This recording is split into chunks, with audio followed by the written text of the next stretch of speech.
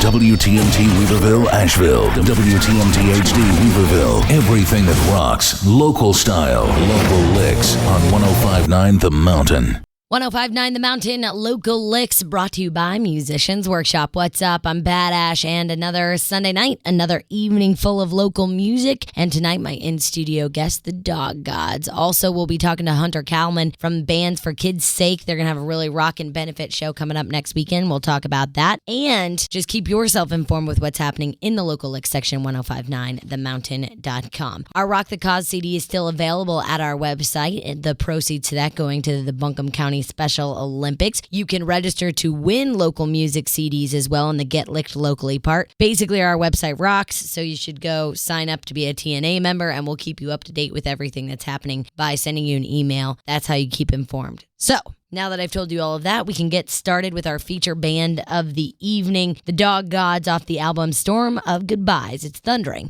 on 105.9 The Mountain, Local Licks.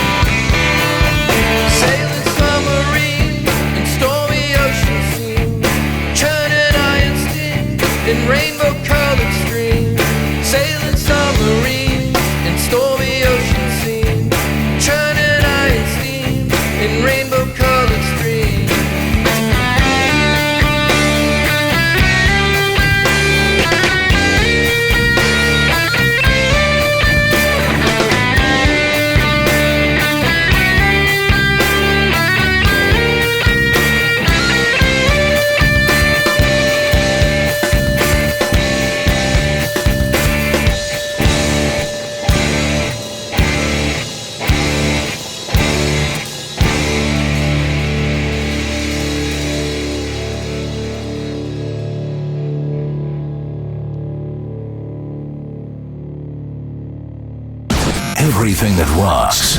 Local style. Local licks on 105.9 The Mountain.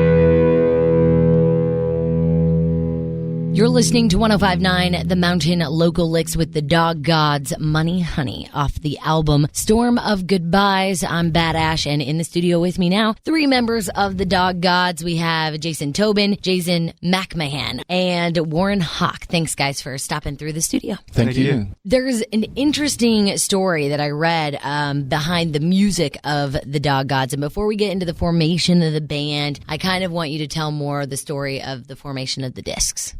Of how the whole thing started. Of how it got together, because it's Storm of Goodbyes, and it came as the second disc following Ancient Afternoons. Correct, yeah. And they were actually spanned pretty far apart, right?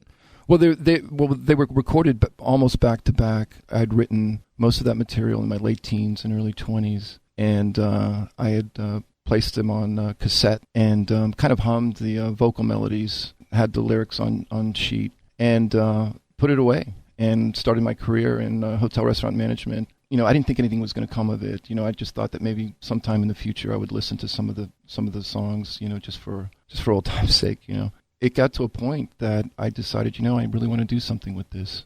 I started some research and actually went through a couple of studios initially, failed attempts which were totally out of my control. I answered. I believe there was Sam Frame, who was a drummer.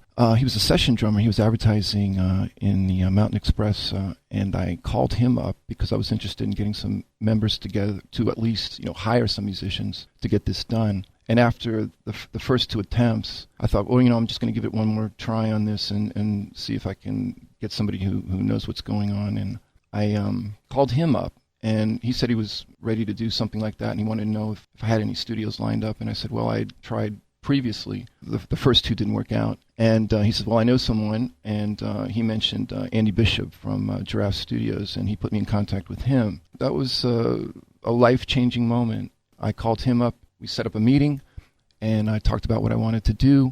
And he was into it. I actually played some stuff for him, and he liked the material a lot, and he wanted to see what we could do, and it started from there. Sam came on to do the drums, and of course I did the guitar work. Actually, Andy did a lot of the bass, and it was pretty much a solo project. The first CD was a solo project, but I put a band name. You know, I like the name The Dog Gods, and I thought, you know, just to put a fictional band on there, and it was something that if I would have had a band, you know, and this is the name of the band that I would want. So I did, instead of putting my name as a solo project, I just put a band name and left it at that.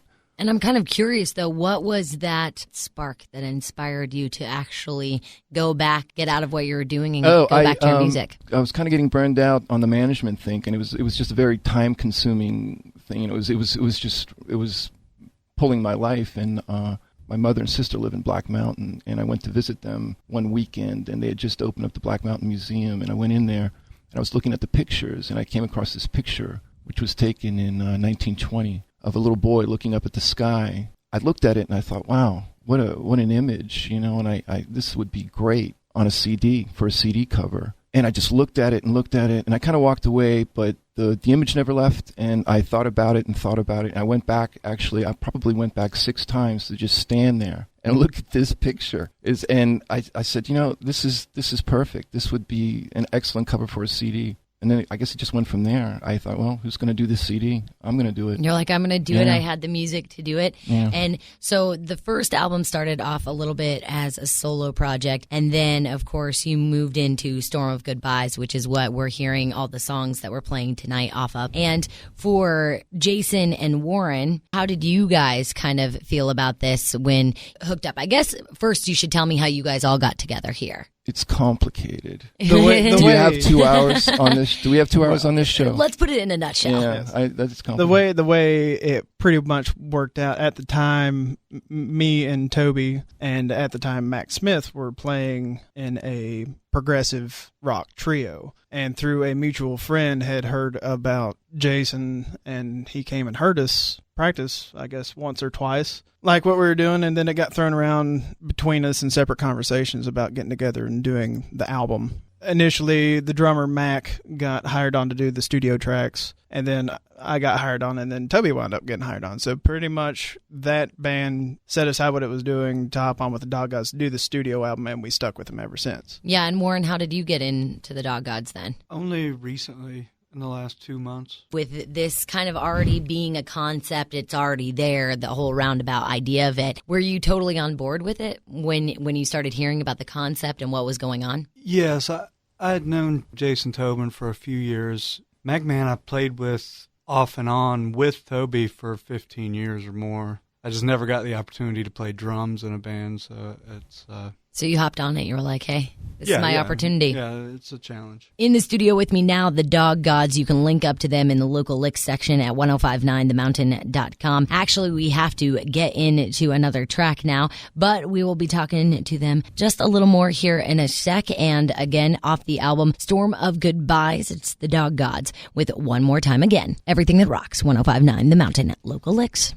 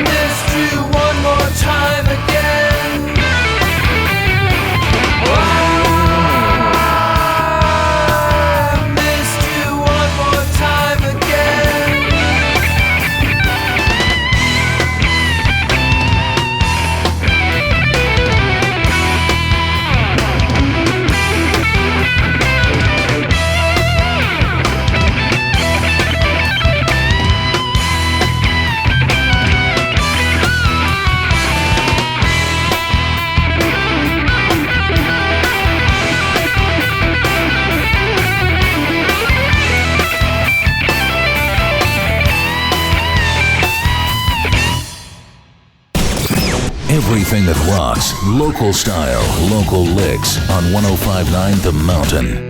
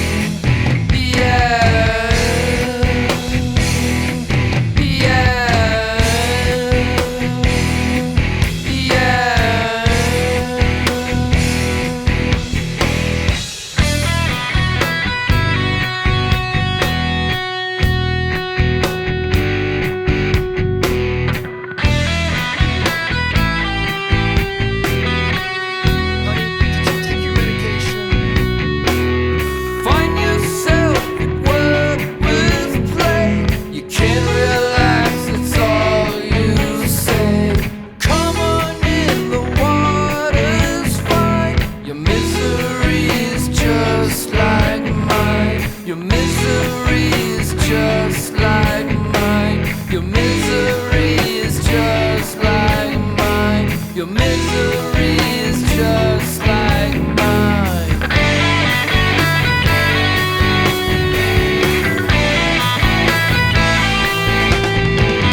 Wake up, sunlight, yeah. Good night, starlight, yeah. Howling all night, yeah. Save your love light, yeah.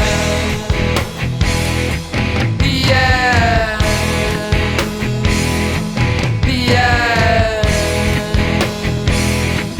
Yeah.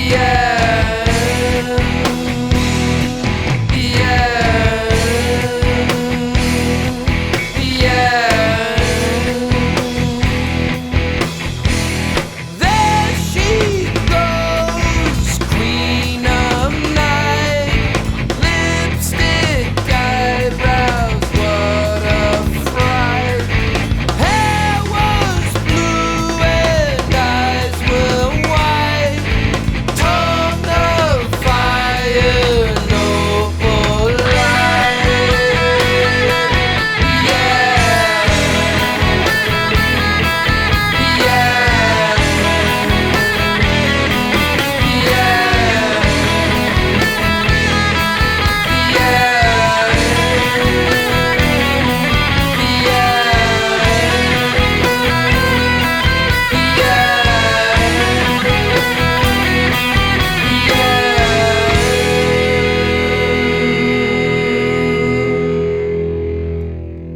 .1059 The Mountain, local licks with the Dog Gods off the album Storm of Goodbyes. It's Misery Loves Company. The Dog Gods in the studio now. Jason Tobin, Jason McMahan, and Warren Hawk. Tobias Weaver couldn't be with us tonight, but he is lead and rhythm guitar. I guess I want the story behind this Misery Loves Company. Oh, yeah. Well, the way that started was when I was living in California. This was in 1986, 87 in there. There was a girl that lived in my apartment complex, and I never forgot her. There was just something about her, and she wasn't a person that I dated. She was just somebody that would come by and talk to me, or I'd come by and talk to her. And she was breaking up with her boyfriend, and I had just broken up with my girlfriend. And she would come over and cry and talk about him and all this stuff. And I was going through this breakup, so I was telling her about it, and this kept going on and on and on. And after a while, it turned into this comfortable thing about just letting out all this stuff all the time. But I think she was approaching it a little more differently. I think she was really, it became sort of an automatic thing. I don't know if it took a long time for her to get past that whole thing. And but no love connection. There was no rebound that happened or anything. No.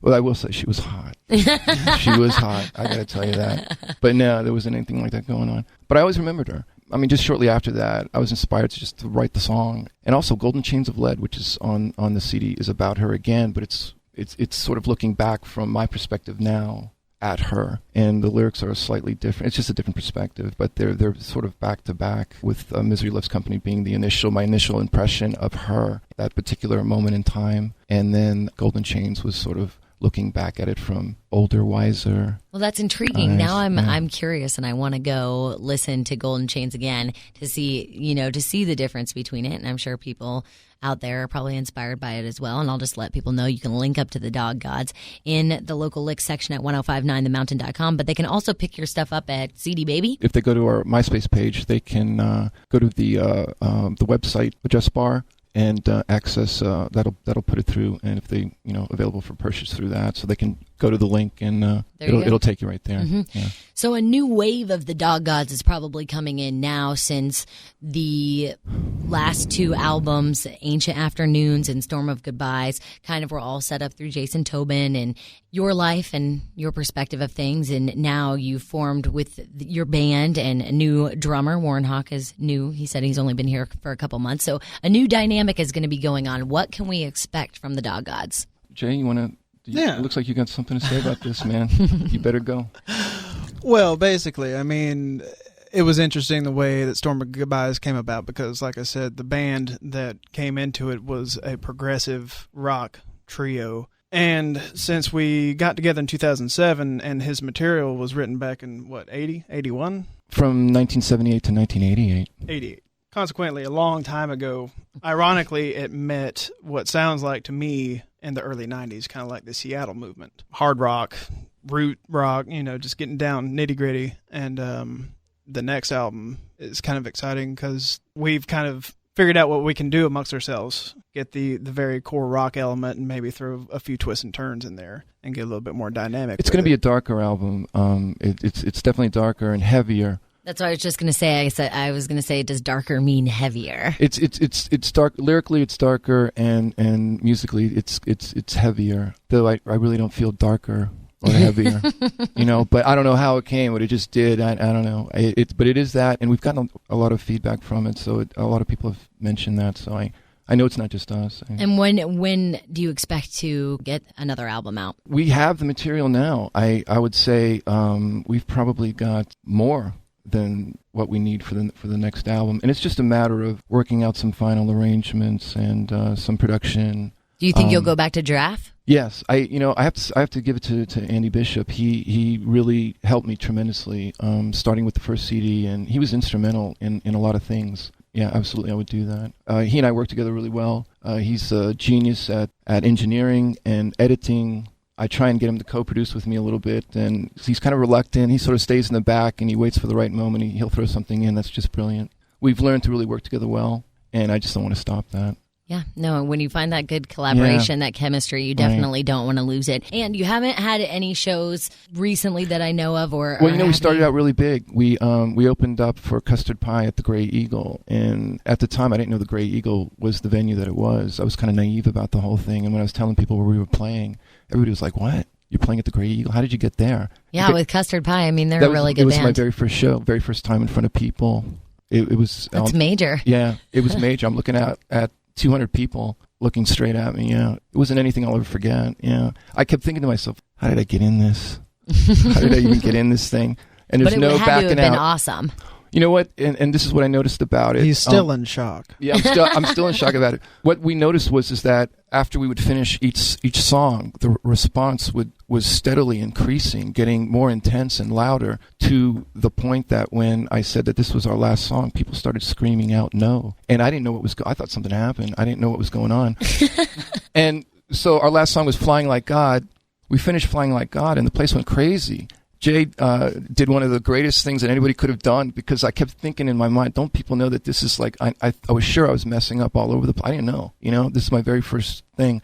And he announced that this was my very first gig, and the place went nuts. And it was the greatest. Wow, all that was major. Missing was the movie music in the background, just kind of like the triumphant movie music. But that was, but it was a great moment for me. Never forget it. Excellent. Well, I really am looking forward to seeing you guys. And of course, when you do get shows, you'll let me know, and I'll let all of the Mountain listeners know in the local Licks section at 1059themountain.com, and probably spin a cut as well. Keep me posted on what's going on, and thank you so much, guys, for coming in tonight and hanging with me. I really appreciate it. Thank you. More local licks on the way, including Never Got Caught. We'll be talking to Hunter, who's the organizer for Bands for Kids' Sake, a benefit for Big Brothers Big Sisters. We'll hear a couple of bands from that as well. And Wicked Jones first. You're listening to Everything That Rocks, 1059 The Mountain, Local Licks.